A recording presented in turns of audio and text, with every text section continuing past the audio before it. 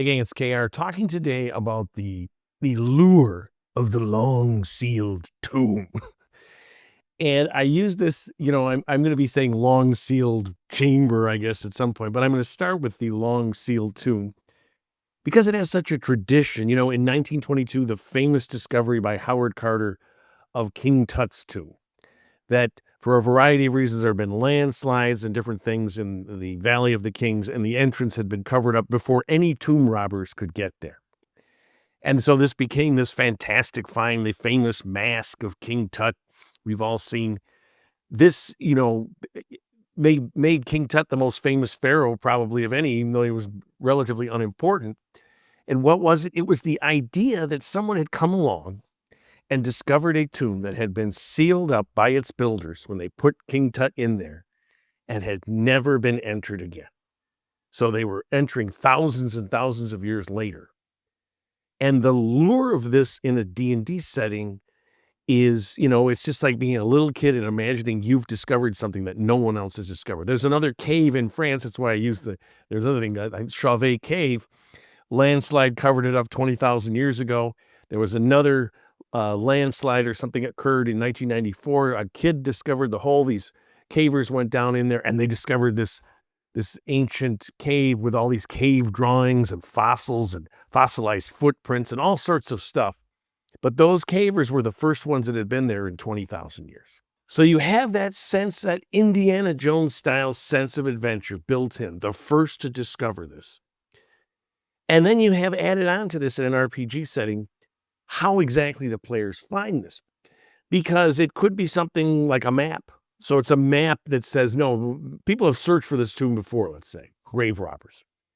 But in fact, all the evidence was wrong, and the players have evidence that the tomb is actually over here. So do you want to go? Now, there's a moral ambiguity here, because are you going to be a grave robber yourself? Players, I've noticed they find tombs, they find treasure and stuff in these, sarcophagi and stuff. They're killing mummies or whatever. They'll just take the items. They don't say, oh, let's find out the rightful heirs, right? They go, oh, it's thousands of years ago. Because there's treasure buried in tombs. It's a tradition, right? All cultures. So this moral ambiguity of we're going to go into this tomb and loot it. We are going to become tomb raiders. So they hear about this. They find a map or something that shows them or information, the real area. Now, of course, they have to dig out that entrance. Something's covered it up, whatever.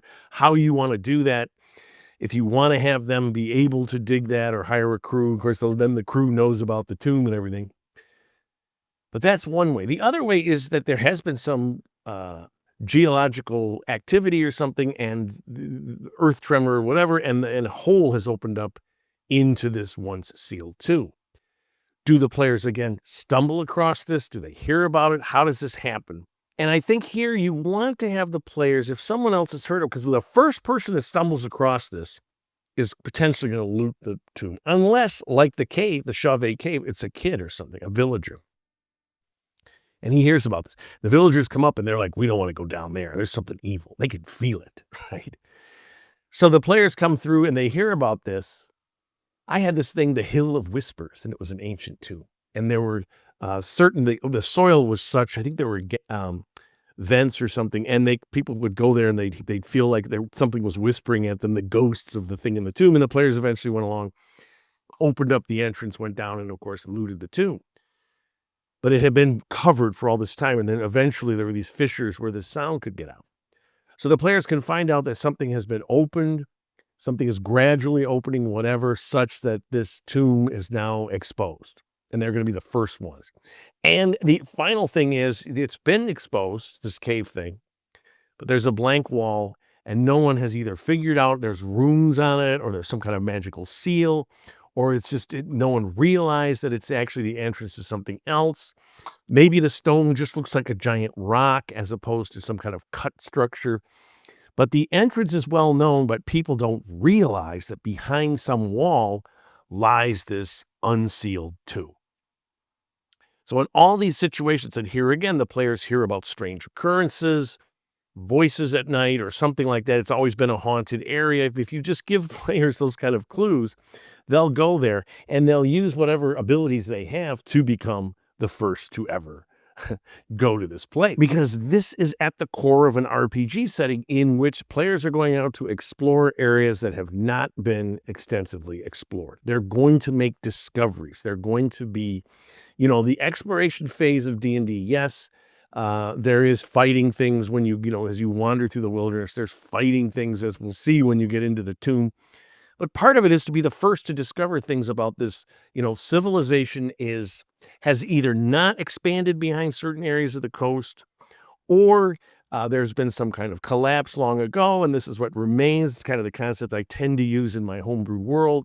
There's all these ancient civilizations, just like the ancient Egyptians or Romans or whatever. Imagine if it just collapsed, right? And if people just moved to coast areas, especially if you have things like magical conflagrations or, attacks from other material, other planes of existence or something like that. So you have these vast unexplored areas, and the players are going to be the first to get there. The second you have, if you have a sealed tomb, which means it's exactly like it was 2,000 years ago, just like King Tut's tomb. Everything placed there by these people, that's it.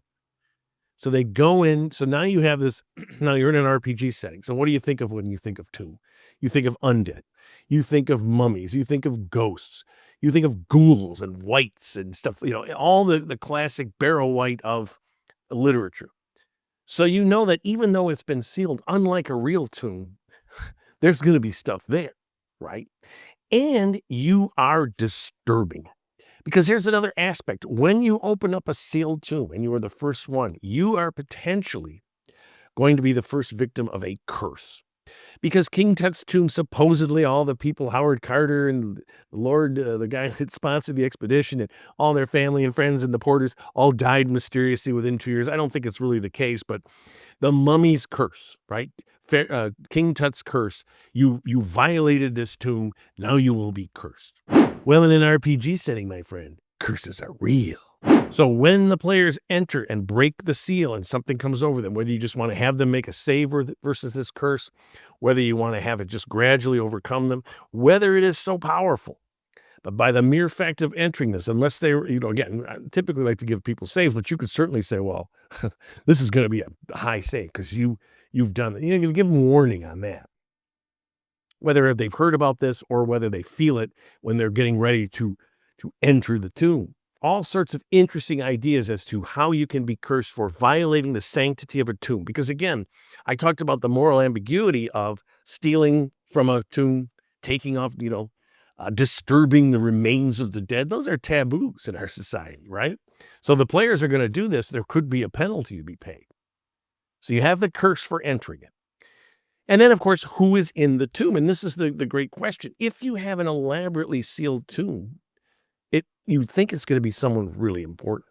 Most people are just buried in a 6-foot hole the size of a coffin, right? A mausoleum above ground or below. Okay, you get into mausoleums, that's rich people. That's why they got something to protect. The other thing about a sealed tomb is it could only be an important person, like I'm saying, but it could also be hidden away someone who has cursed themselves. Some great betrayer.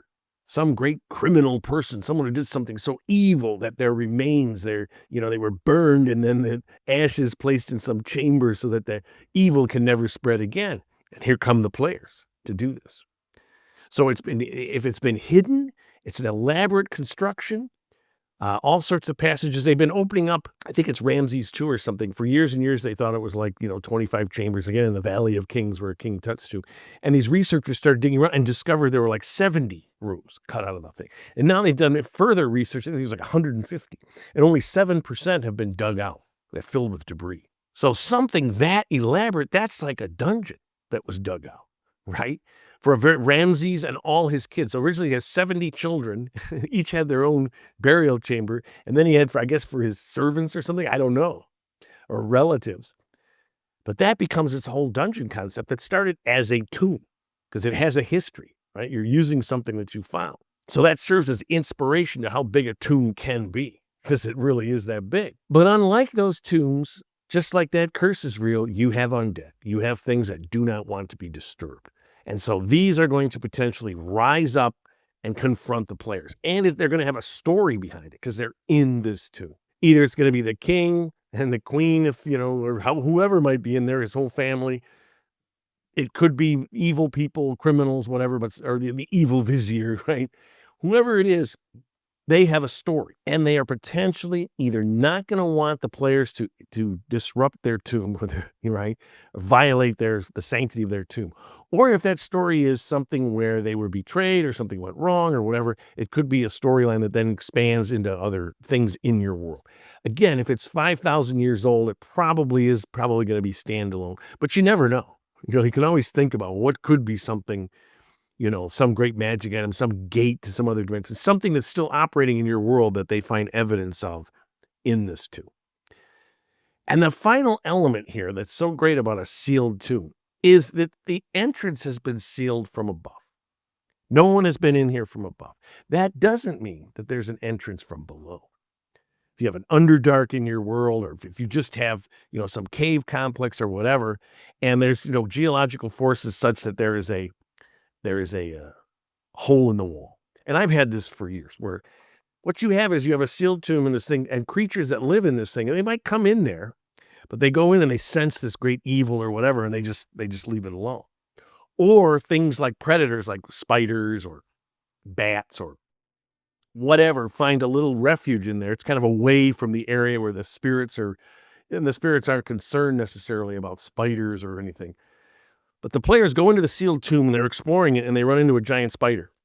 And they're like, oh, there's another entrance somewhere, right? And that can lead to something else, because this Underdark area might be there's no entrances anywhere. And so to the Underdark people, denizens, right, this is just another chamber. But to the players, they've gone through this tomb, whatever happens there, and now they have an entrance to this whole other underground world. So that's where you have a sealed tomb. It's just the fact that it's sealed from the entrance to the outside. So you have, again, this sense of discovery, the sense of dread, the sense of moral ambiguity. Should we loot the grave? Most players will. And the potential for a storyline about, well, who is buried there and what happened to them. And a shout out to my Patreon supporters. Really had fun doing the Casa Malaparte. If you like the video, subscribe, do all that stuff. Love to hear comments about how you've used sealed tombs in your world. Most importantly, my friends, keep playing an RPG game, whichever one you choose, and tell somebody else about it.